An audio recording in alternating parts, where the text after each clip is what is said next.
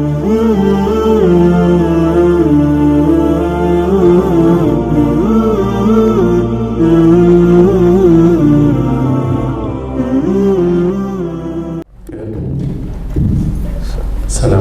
warahmatullahi ta'ala wabarakatuh.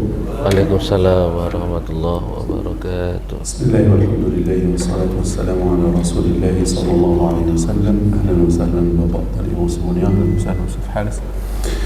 وأسأل الله سبحانه وتعالى أن يتقبل هذا العمل وأن يجعله في ميزان الحسنات، اللهم آمين.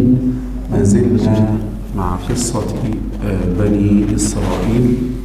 الله سبحانه وتعالى يقول في سورة البقرة: وإذ أخذنا ميثاق بني إسرائيل. ayat 83. Assalamualaikum warahmatullahi wabarakatuh. Alhamdulillahirabbil alamin wassalatu wassalamu ala Rasulillah sallallahu alaihi wasallam. Pertama Syekh menyampaikan kata penghormatan beliau kepada kita semua. Syekh mendoakan mudah-mudahan di pagi ini kita mendapatkan amal soleh daripada ibadah yang kita kerjakan. Kita masih berada di kisah Bani Israel yang terdapat di dalam Al-Quran. Pada hari ini kita surat Al-Baqarah ayat 83. Allah subhanahu wa ta'ala berfirman: وَإِذْ أَخَذْنَا مِيثَاقَ بَنِي إِسْرَائِيلَ لَا تَعْبُدُونَ إِلَّا اللَّهَ أي واذكروا يا بني إسرائيل الحاضرون في عصر النبي محمد صلى الله عليه وسلم ما أخذ على آبائكم من الميثاق. Allah Subhanahu wa taala berfirman, wa idz akhadna mitsaqa bani Israil, dan ketika kami mengambil perjanjian dengan Bani Israel. Di sini Allah Subhanahu wa taala sedang berbicara kepada orang-orang Bani Israel yang berada di zaman Nabi Muhammad sallallahu alaihi wasallam. Wahai Bani Israel, ingatlah bahwasanya kami dahulu pernah membuat perjanjian kepada nenek moyang kalian.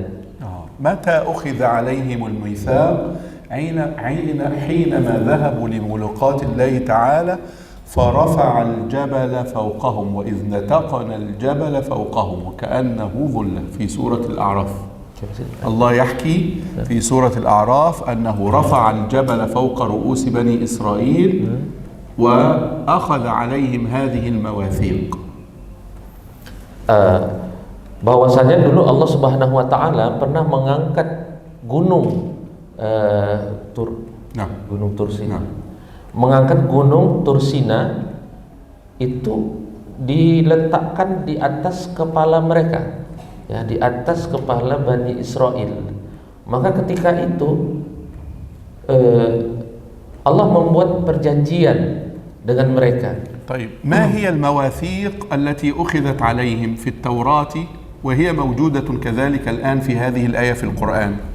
Apa isi perjanjiannya, ya, antara Allah dengan mereka, orang-orang Bani Israel, itu terdapat di dalam Taurat dan juga terdapat di dalam Al-Quran. Nah, Allah yudzakirum huna awalan la ta'budu illa Allah iyyakum wasyirka billahi ta'ala.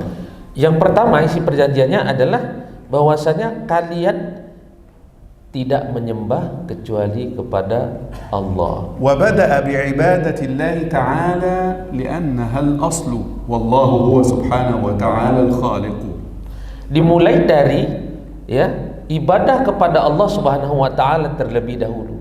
Kenapa? Karena dia adalah dasar, ya, dasar daripada penyembahan kepada Allah taala. Thumma thanna bi birril walidaini wa bil walidaini ihsana ay wa ahsinu ila al walidaini ihsana. Lalu yang kedua adalah perjanjian berbuat baik kepada kedua orang tua. طيب لماذا جاء ببر الوالدين بعد عبادة الله تعالى؟ Baik, kenapa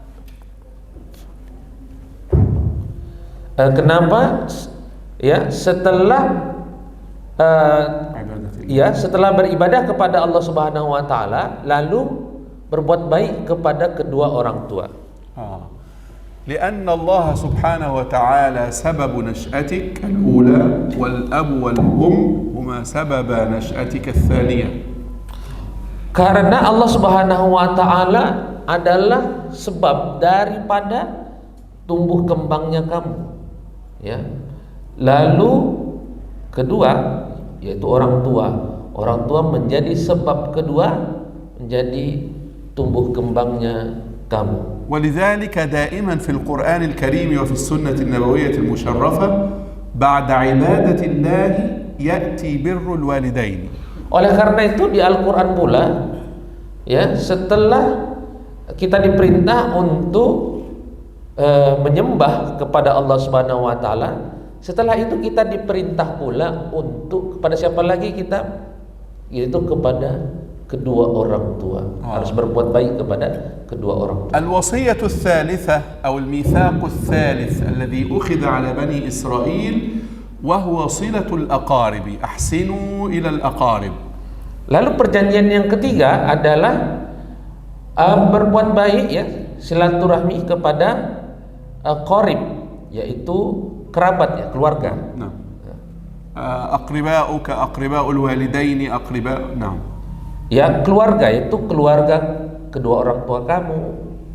ثم بعد ذلك جاءت الوصية أو الميثاق الرابع أحسنوا إلى اليتامى والضعفاء. Lalu datang perjanjian keempat, yaitu berbuat baik kepada anak-anak yatim. هنا انظر بعد بر الوالدين جاءت الوصية للأقارب لأنهم أقرب إلى الوالدين. Di sini disebutkan bahwasanya setelah berbuat baik kepada kedua orang tua, ya, perjanjian berbuat baik kepada orang tua, setelah itu disebutkan perjanjian berbuat baik kepada kerabat, yaitu saudara-saudara kedua orang tua kita. Kenapa? Karena saudara-saudara orang tua kita itu adalah mereka orang yang paling dekat dengan orang tua kita. ثم جاء الإحسان إلى اليتيم وأحسنوا إلى اليتامى. Lalu datang perjanjian kepada berbuat baik kepada anak-anak yatim. لماذا جاء الإحسان إلى اليتامى مقدما على الإحسان إلى المساكين؟ Kenapa di sini berbuat baik kepada anak yatim, wal yatama wal masakin gitu ya. Kenapa berbuat baik kepada anak yatim lebih didahulukan ya daripada berbuat baik kepada orang-orang miskin? ترتيب آيات وكلمات القرآن هذا مهم جدا. Tertib atau urutan ayat, urutan kata-kata di dalam ayat Al-Quran itu sangat penting. اليتيم هو من لا ولي له يقوم عليه، أبوه توفي، الساعد الذي يعمل من أجله توفي. Yatim adalah seorang anak yang orang tulang punggungnya itu sudah meninggal, yang menghidupinya sudah meninggal, yaitu ayahnya. فهو يحتاج إلى المساعدة أكثر من المسكين. Maka anak yatim lebih membutuhkan kepada bantuan daripada orang miskin. وهو أضعف من المسكين. Dan anak yatim lebih lemah daripada orang miskin. والناس ربما يكونون قريبين من المساكين لكنهم ينسون اليتامى. Orang-orang mungkin dekat dengan orang-orang miskin, tetapi orang-orang bisa lupa terhadap anak-anak yatim. والمساكين والفقراء يعني ربما هم سواء. Orang miskin, orang fakir mungkin mereka sama. يعني إذا قال القرآن المساكين يدخل أيضا فيهم الفقراء. Kalau Al-Quran menyebutkan kata-kata masakin, orang-orang miskin, maka sudah include di dalamnya orang-orang fakir. وإن كان هناك تفرقة بين المساكين والفقراء. Walaupun di sana ada perbedaan sedikit antara orang fakir dengan orang miskin. الفقير كلمة الفقير أو المسكين ممكن الفقير هو الذي يحتاج مثلا إلى 10 وليس معه منها شيء. Orang fakir. Orang fakir adalah mungkin ya. Orang fakir adalah orang yang membutuhkan kepada 10 10 apa tadi? أي شيء. Baik, 10. Misal 10.000. Orang fakir, di contoh ya. Orang fakir adalah orang yang membutuhkan uang 10.000 misalkan, tapi dia nggak punya. ليس معه أي شيء. Dia nggak punya apapun, walaupun 1 rupiah pun. أما المسكين, adapun orang miskin, فهو ربما يحتاج إلى 10 لكنه معه 5 6 هكذا. Orang miskin orang yang membutuhkan 10.000 rupiah tadi, tapi dia masih punya 5.000 rupiah. مثل أهل التي وردت قصتهم في سورة الكهف. Seperti yang ada kisah mereka di dalam surat Al-Kahfi. هم مساكين لكن عندهم سفينة. Mereka orang-orang miskin, tapi mereka tetap memiliki sebuah perahu. يعني تعمل لكن لا تأتي بالمال الذي يحتاجون إليه كاملا. Orang miskin itu orang yang masih bekerja, tetapi hasilnya itu ternyata tidak mencukupi untuk memenuhi kebutuhannya. لكن القرآن الكريم إذا قال المساكين فقط يدخل فيها الفقراء والمساكين. Maka kalau Al-Quranul Karim menyebut kata-kata masakin, miskin, maka itu sudah termasuk di dalamnya adalah orang-orang fakir. لكن لو قال المساكين في والفقراء هذا مختلف. Tapi kalau Al-Quran menyebutkan al-masakin wal fuqara, maka di sini baru dia itu ada perbedaannya. إذن لفظة المساكين هنا أي المحتاجون إلى المساعدة. Jadi lafaz masakin, orang miskin di sini artinya adalah orang yang membutuhkan bantuan. ثم جاء الميثاق الذي بعده الميثاق الخامس وقولوا للناس حسنا أحسنوا إلى الناس في الكلام. Lalu datang perjanjian yang kelima, yaitu berbuat dan berkata-kata baiklah kepada orang lain. Ya, sita. وقولوا للناس حسنا هذا السادس. Perjanjian ke-6 rupanya. حسنا أي أحسنوا إلى الناس في الأقوال واختاروا كلماتكم التي لا تؤلمهم ولا تؤذيهم. Kata-kata yang baik adalah kata-kata yang kalian keluarkan, ya, yang tidak menyakiti, tidak menyinggung orang lain. لا بد أن نختار الكلمات التي نتكلم بها إلى الناس. Kita harus memilih kalimat, kata-kata mana yang akan kita keluarkan untuk orang lain. لا بد أن يخرج من لساننا أفضل الكلمات وأطهرها وأنقاها. Haruslah kata-kata yang keluar dari lisan kita itu kata-kata yang paling afdal, kata-kata yang paling baik, kata-kata yang paling bersih. ثم قال سبحانه وتعالى في الوصية السابعة وأقيموا الصلاة صلوا الصلاة كاملة على الوجه الأكمل. Lalu perjanjian yang ketujuh, wa aqimus shalah, dan dirikan salat, yaitu mengerjakan salat dengan cara yang sempurna. Al-Quranul Karim la yaqul sallu. Al-Quranul Karim tidak mengatakan sallu, salatlah kalian. Lakin yaqul aqimus salat. Tapi mengatakan aqimu, dirikan salat. Iqamatus salati mukhtalifa 'an as-salat. Mendirikan salat itu berbeda dengan mengerjakan salat. Law qulta li ayyi ahad salli falau shalla ayya salat fala ba'sa. Kalau kalian mengatakan kerjakanlah salat, maka begitu dia salat, bagaimanapun cara dia salat, enggak ada masalah. لكن حينما يقول القرآن وأقيموا الصلاة يعني أدوها تامة كاملة على أحسن أوجهها. Tetapi kalau Al-Quran mengatakan aqimus salat, dirikanlah salat, maka itu artinya adalah dirikan, kerjakan salat dengan tata caranya yang paling sempurna, dengan tata caranya yang paling baik. Allah subhanahu wa ta'ala yuridu minna salatan tastaqimu biha jawarihuna.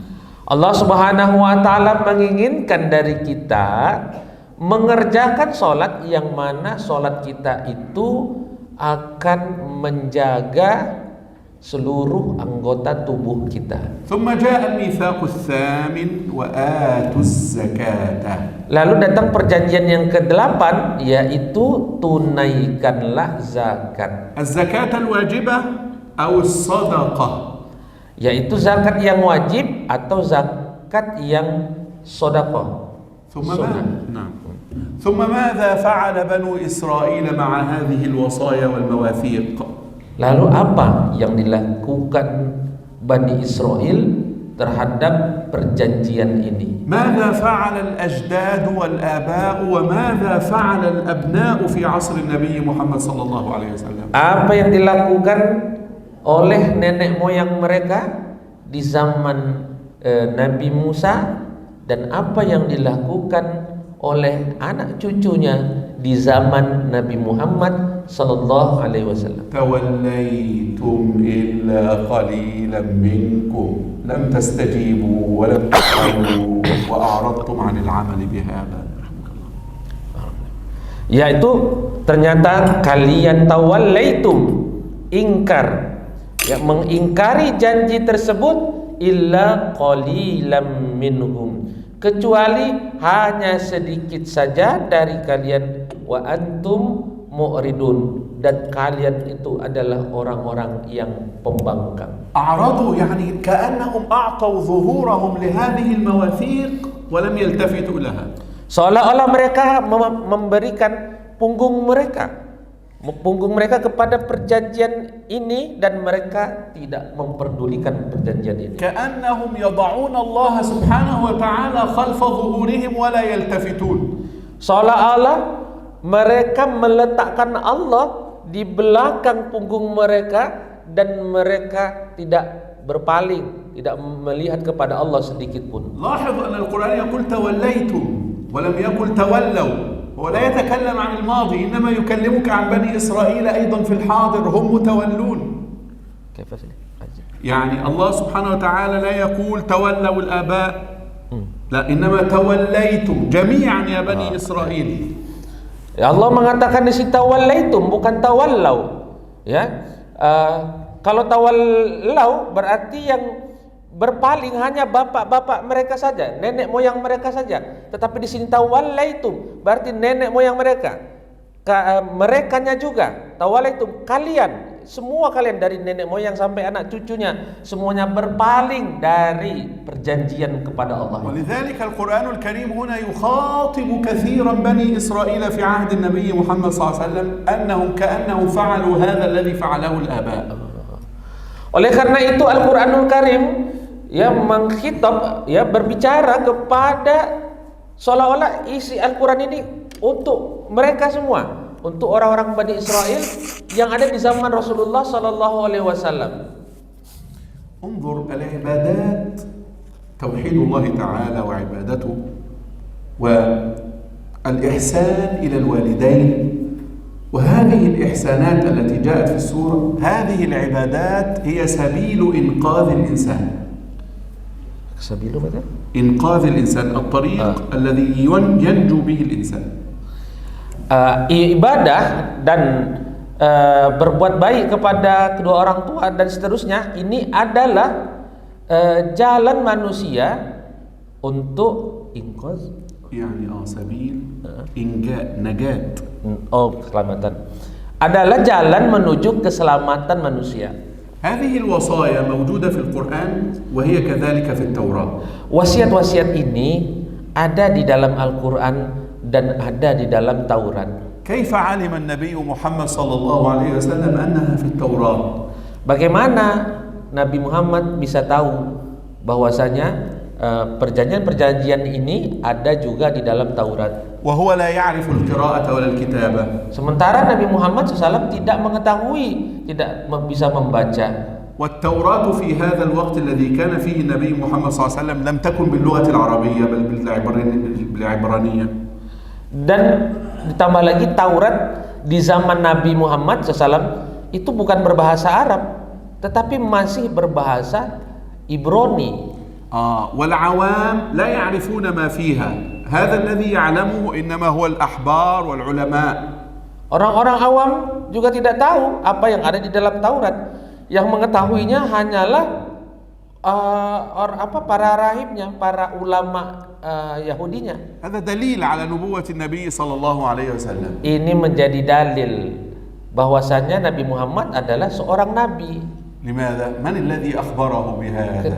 Kenapa? Ya karena siapa coba yang mengabari tentang adanya perjanjian ini ada di dalam Taurat. أيضا هذا دليل على أن التشريعات والأحكام في التوراة تشبه ما في القرآن. Dan ini juga menjadi dalil bahwasanya syariat yang ada di dalam Taurat itu mirip ya, serupa dengan syariat yang ada di dalam Al-Quran. وأن هذه الأصول متفق عليها في كل الشرائع. Dan bahwasanya dasar-dasar syariat ini itu sejalan, selalu sama di antara syariat-syariat para nabi-nabi. هذه الأوامر هنا ستجدها في التوراة، ستجدها قالها عيسى عليه السلام، قالها إبراهيم عليه السلام، وهكذا. Syariat-syariat ini akan kalian temukan juga di ajaran Nabi Isa alaihissalam, di syariatnya Nabi Ibrahim alaihissalam, dan nabi-nabi yang lainnya. ثم جاءت الآية lalu datang ayat ke-84.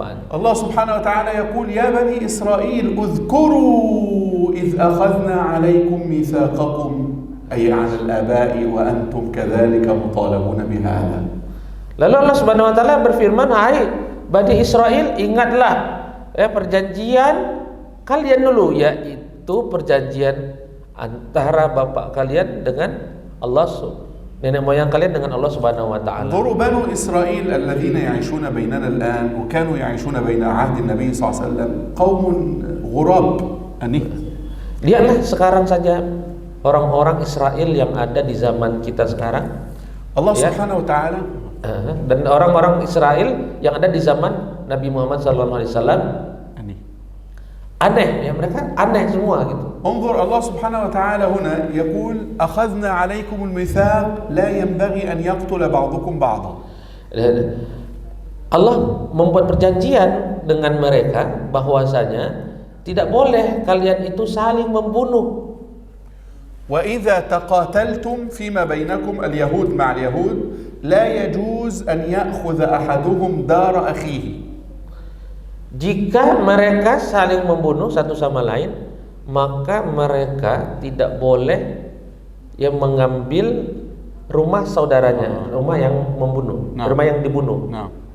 الآن نحن هناك معركة، هذا يقاتل هذا، فإذا قتله ربما يأخذ بيته ويستولي على سبايا نساء وغيره. هذا لا يجوز بين اليهود واليهود في شريعة التوراة. Kan kita kalau perang itu yang kalah ya, yang kalah itu rumahnya diambil gitu, ya, perkampungannya diambil sama yang menang. Itu tidak boleh terjadi. أنا سأشرح هذا di Bani Israel. نحن حتى في الإسلام kita bahkan di dalam Islam إذا تقاتل المسلم مع المسلم لا يجوز أن يسلبه داره. Jika orang Muslim berperang dengan orang Muslim, maka tidak boleh يأخذ داره. Yang menang berarti, yang menang mengambil rumah yang kalah gitu. ولا يجوز أن يأسر نساء هذا المسلم. Dan tidak boleh Muslim yang menang itu menawan perempuan-perempuan Muslim yang kalah. لكن لو دخل المسلمون معركة مع غيرهم من المخالفين في الأديان خلاص هذا ربما يأسر هذا ربما يأخذ بيت هذا، موجود في المعارك كلها. في عصر النبي أيضا. في كل العصور. Dan kalau kita berperang, umat Islam berperang dengan agama lain, ya, maka itu boleh menawan perempuannya, mengambil rumahnya. Begitu juga Yahudi. إذا حارب غير اليهودي لا بأس أن يسلبه بيته، لا بأس أن يفعل كذا، لكن لا يجوز في التوراة أن يفعل اليهودي مع اليهودية. Ya, begitu juga orang Yahudi, jika mereka berperang dengan agama lain, mereka boleh di dalam syariat mereka mengambil perempuan-perempuannya, yang menawan perempuannya, mengambil rumahnya, harta bendanya, ya. Tetapi إذا اليهودي مع اليهودي لا tetapi يجوز. kalau Yahudi sama Yahudi itu tidak diperbolehkan. انظر هنا Lihatlah di sini الله سبحانه وتعالى يقول يا بني إسرائيل أنتم في المدينة الآن تخالفون كآبائكم. kalian sekarang berada di Madinah, kalian mengingkari perjanjian dengan bapak-bapak kalian. بنو إسرائيل في المدينة كانوا 3 فرق، بنو النضير، بنو قينقاع، بنو قريظة. Bani Israel itu ada 3 suku, ya, ada 3 bani, yaitu Bani Nazir, Bani Quraidah, Bani Qainuqa. بنو قريظة كانوا قريبين للأوس، معهم معاهدة مع الأوس. Bani Quraidah itu dekat sama Bani Aus.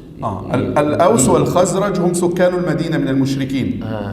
Sementara Aus dengan Khazraj itu ini Aus dan Khazraj ini apa ya, suku asli di Madinah ya sini ya.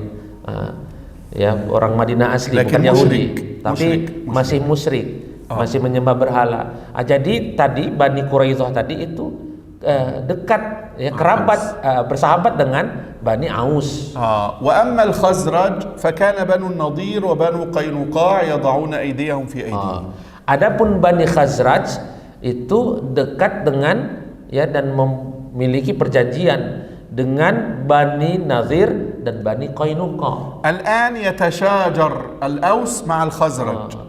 Jadi ini dulu mereka antara Aus dengan Khazraj, 2 suku asli di Madinah ini saling berperang. فبنو قريظة يساعدون الأوس وبنو قينقاع وبنو النضير يساعدون الخزرج.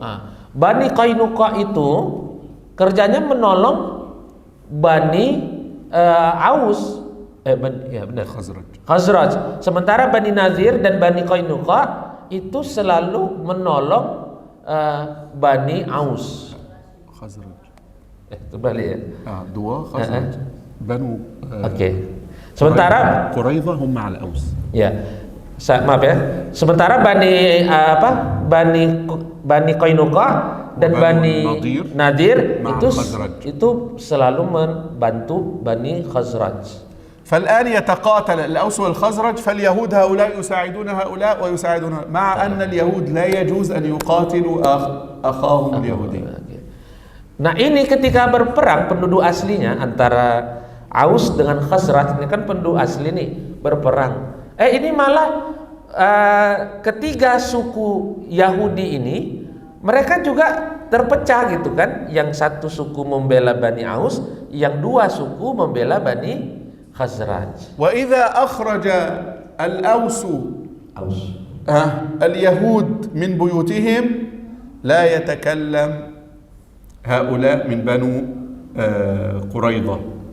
Maka apabila orang-orang Bani Aus mengeluarkan orang-orang Yahudi, Bani Yahudi, terus من بنو قينقاع أو بنو قريظة من بيوتهم يسكت يهود gitu. بنو قريظة. Apabila orang-orang Bani Quraidah mengeluarkan orang-orang Yahudi, maksudnya dari kampungnya, alamannya, نعم. قريتهم. إذا دخلوا دخلوا معهم حرب يأسرونهم يخرجونهم يقتلونهم. Ya, jika terjadi peperangan, ya maka Bani Khazraj ini mengeluarkan orang-orang Bani Aus ini mengeluarkan Bani Aus ini mengeluarkan mengusir penduduk daripada Bani Nadir dan Bani Qainuqa. Ini Bani Bani Quraidah ini malah mendiamkan, gak mau membela saudaranya sesama Yahudi gitu. Padahal perbuatan seperti itu bertentangan dengan perjanjian mereka yang ada di dalam Taurat. Yaitu jika mereka saling memerangi ya sesama saudara Yahudi gitu kan, maka itu namanya mereka menyelisihi perjanjian yang terdapat di dalam Taurat. هل هذا موجود في التوراة؟ قالوا نعم. أقررتم وأنتم تشهدون. قالوا نعم موجود عندنا في الأحكام. Apakah ini ada di dalam Taurat? Ada. Summa aqrartum wa antum tashhadun. Lalu kalian berikrar, ya, menerima perjanjian itu, wa antum tashhadun, dan kalian bersaksi. ثم أنتم تخالفون ويقتل بعضكم بعضا ويخرج بعضكم بعضا من دياركم في الآية التي بعدها.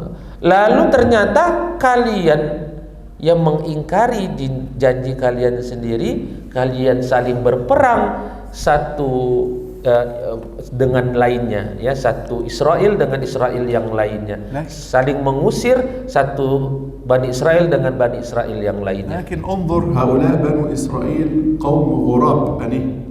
Tetapi lihatlah, mereka ini kaum Bani Israel adalah kaum yang aneh. التوراة قالت إذا وجدت أخاك اليهودي أسيرا لابد أن تفك أسره.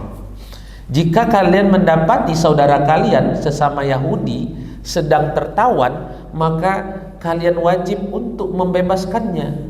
لذلك أنت ترى هؤلاء اليهود في فلسطين بأي شيء يفكون أسراهم. ماذا نفعل؟ نعطيكم 100 رجل 1000 رجل ونأخذ رجل منا، هكذا.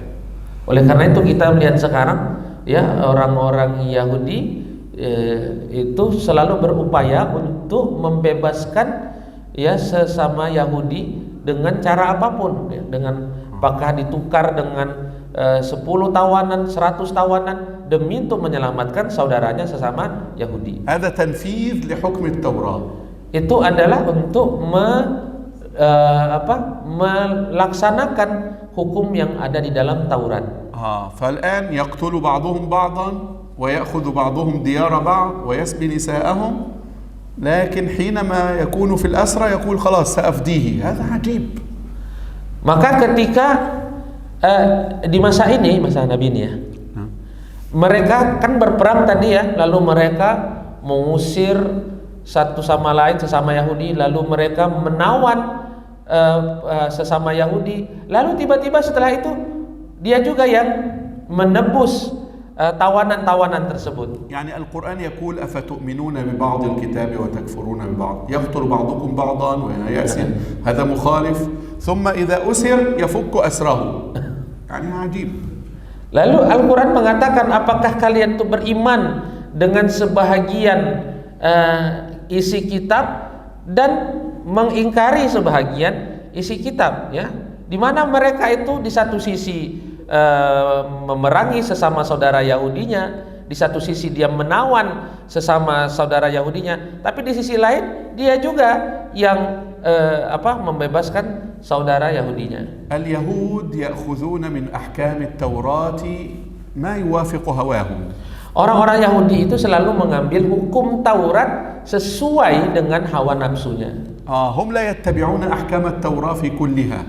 Mereka tidak mengikuti hukum Taurat sebagaimana mestinya. إنما يأخذون بعضا ويتركون بعضا. Mereka hanya mengambil sebahagian dan mereka meninggalkan sebahagian. وهذا لا يناسب التشريع أبدا.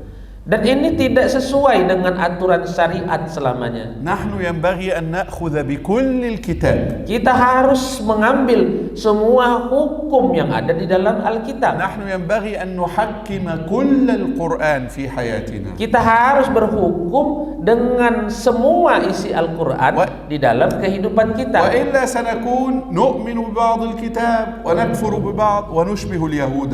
Kalau tidak, kita itu akan mengambil sebahagian, ya, isi Alkitab, lalu meninggalkan sebahagian isi Alkitab. Maka kita sama dengan orang-orang Yahudi. العقوبة عقوبة مخالفة الأحكام مذلة في الدنيا خزي في الحياة الدنيا. Hukum mempermainkan kitab suci ini adalah akan mendapatkan kehinaan di dunia. ويوم القيامة يكون العذاب شديدا. Dan nanti di hari kiamat akan mendapatkan azab yang pedih. وما الله بغافل عما تعملون. الله سبحانه وتعالى يعلم ما نفعل وسيعاقب وسيجازي. Allah Subhanahu wa taala mengetahui apa yang mereka perbuat dan Allah akan mengazabnya. ثم قال تعالى أولئك البعيدون عن الله تعالى اشتروا الحياة الدنيا. Lalu Allah mengatakan mereka orang-orang yang jauh daripada mereka yang jauh daripada Allah, jauh daripada syariat adalah orang-orang yang membeli kehidupan dunia dengan kehidupan akhirat, dan mereka meninggalkan kehidupan akhirat mereka. العذاب سيكون عليهم شديدا يوم القيامة ولن يخفف عنهم. Azab yang diberikan pada hari kiamat teramat pedih dan tidak akan dikurangi sedikit pun. هذه رسالة الآيات. Ini adalah risalah daripada ayat. لكن اجعل نلخص هذه الأهم الدروس اليوم. Tapi kita akan ringkas pelajaran pada hari ini. أنا سأحكي المثال يا أستاذ حارس ثم أنت اشرحه بعد ذلك. هؤلاء بنو إسرائيل الله سبحانه وتعالى يذكر لهم كثيرا هذه العبادات وعدم الإشراك بالله تعالى والقرب منه وصلة المجتمع، لكنهم لا يعرفون الصلة.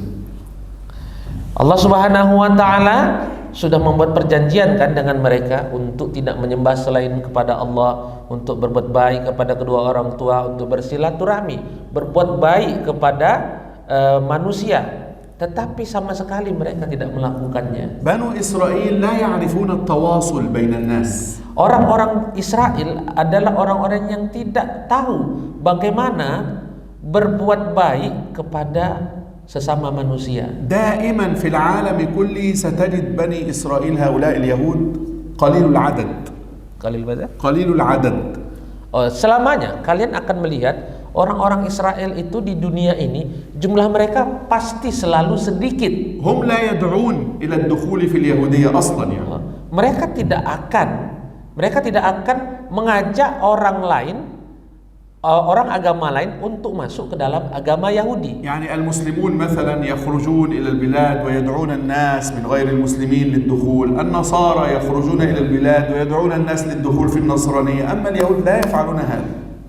Kalau orang-orang Islam itu ada misi ya, setiap keluar berdakwah ya, misi dakwah, keluar ke berbagai daerah, ke berbagai negeri untuk mengajak orang-orang mendakwahkan Islam, mengajak orang agama lain untuk masuk ke dalam Islam. Begitu juga orang Nasrani, mereka keluar ke berbagai daerah, ke berbagai negeri, ada misi dakwah untuk keluar mengajak orang agama lain untuk masuk ke dalam agama Nasrani. Tapi kalau orang Yahudi tidak ada misi seperti itu. لذلك دائما هم قليل العدد.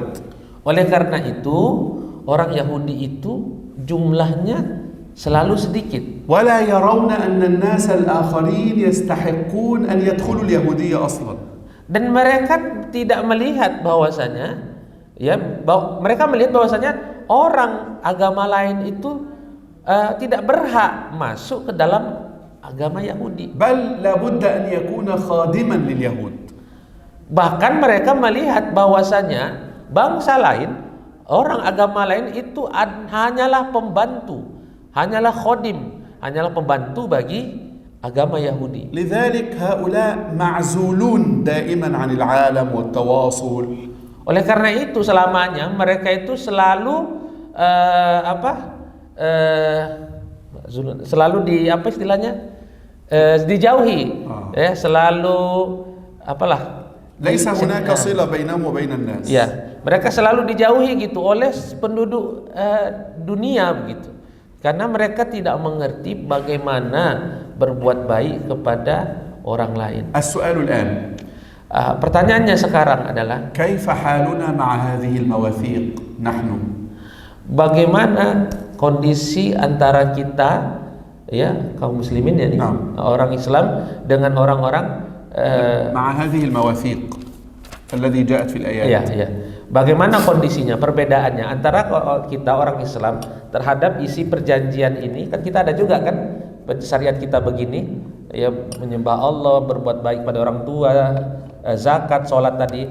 Nah, bagaimana bedanya dengan orang-orang Israel dengan perjanjian mereka, syariat mereka kepada Allah? هل نحن مثلهم نخالف هذه المواثيق؟ Apakah kita sama seperti mereka yaitu suka menyelisihi, mengingkari perjanjian kita dengan Allah. الإحسان إلى الضعفاء اليتيم والفقير والمسكين هل نحن؟ Berbuat baik kepada orang duafa, kepada orang yatim, anak yatim, orang miskin. Apakah kita selalu mengerjakannya? هل نحن نأخذ ببعض أحكام القرآن والسنة ونترك الآخر؟ Apakah kita hanya mengerjakan sebahagian ayat Al-Quran lalu meninggalkan sebahagian ayat Al-Quran yang lain? هل نحن نحكم الهوى في حياتنا؟ Apakah kita berhukum dengan mengikut hawa nafsu kita? هؤلاء بنو إسرائيل يفعلون الشيء وضده. Kalau orang Bani Israel ya seperti itu, mereka يفعلون الشيء وضده ولون. Mereka melakukan satu ayat, mengamalkan satu ayat, tapi nanti di tempat yang lain mereka melakukan yang berlawanan dengan ayat itu. لا يجوز أن يضع اليهودي يده في يد المشرك يضعون. Tidak boleh seorang Yahudi membuat عهود ومواثيق مع membuat perjanjian dengan orang-orang musyrik, tetapi mereka tiba-tiba melakukannya. هم دائما سيختارون ما يوافق هواهم. Mereka selalu melakukan perbuatan mereka itu yang mengikuti dengan hawa nafsu mereka. هم يقولون لك نحن نريد تحكيم التوراة في حياتنا. Mereka berkata kepada kalian, kami ingin menghukum dengan hukum Taurat di kehidupan kami. الحقيقة لا. Pada hakikatnya tidak. لا اليهود اليوم. Tidak Yahudi yang sekarang. ولا يهودي عصر النبي محمد صلى الله عليه وسلم. Tidak pula Yahudi yang hidup di zaman Nabi Muhammad sallallahu alaihi wasallam. ولا اليهودي في عصر موسى عليه السلام. Dan tidak pula Yahudi yang hidup di zaman Musa alaihi salam. كلهم سواء. Semua orang Yahudi sama. لا يريدون تحكيم شريعة اليهود. Mereka tidak akan mau mendirikan syariat Yahudi itu. هذا كلام فقط. Itu hanya omong kosong doang. يقولون نحن نحكم التوراة. Mereka mengatakan kami akan mendirikan hukum Taurat. Allah Subhanahu wa taala يقول أفتؤمنون ببعض الكتاب وتكفرون ببعض. Allah sendiri mengatakan, apakah kalian menghukum dengan hukum Taurat, tetapi kalian kufur dengan hukum Taurat yang lain. المهم ألا يكون المسلم كذلك. Yang penting kita kaum muslimin jangan bersikap seperti itu. لأن العقوبة إهانة كبيرة في الدنيا والآخرة. Karena hukumannya kita akan mendapatkan kehinaan di dunia dan akan mendapatkan azab yang pedih di akhirat. المشكلة أن عذاب الآخرة لا يخفف. Masalahnya azab di akhirat nanti tidak akan diringankan. والمشكلة أنه لا يستطيع أحد أن ينصرنا هناك. Dan masalahnya bahwasanya tidak ada yang dapat menyelamatkan kita di sana. يعني هؤلاء لن يستطيع أحد أن ينصرهم. Yaitu mereka orang-orang Yahudi nanti di akhirat tidak ada yang dapat menyelamatkan mereka. ولا يخفف أبدا هذا العذاب عنهم. Dan azab yang diberikan kepada mereka tidak akan diringankan sedikit pun. هذا تنبيه لهم ولنا. Ini adalah peringatan untuk mereka sekaligus peringatan untuk kita. وكلهم آتيه يوم القيامة فردا. Dan setiap manusia akan datang kepada Allah di hari kiamat sendiri-sendiri. Wallahu a'lam wa sallallahu alaihi wasallam. Jazakumullahu khairan. Assalamualaikum warahmatullahi taala wabarakatuh. Assalamualaikum warahmatullahi wabarakatuh. Wa iyyakum.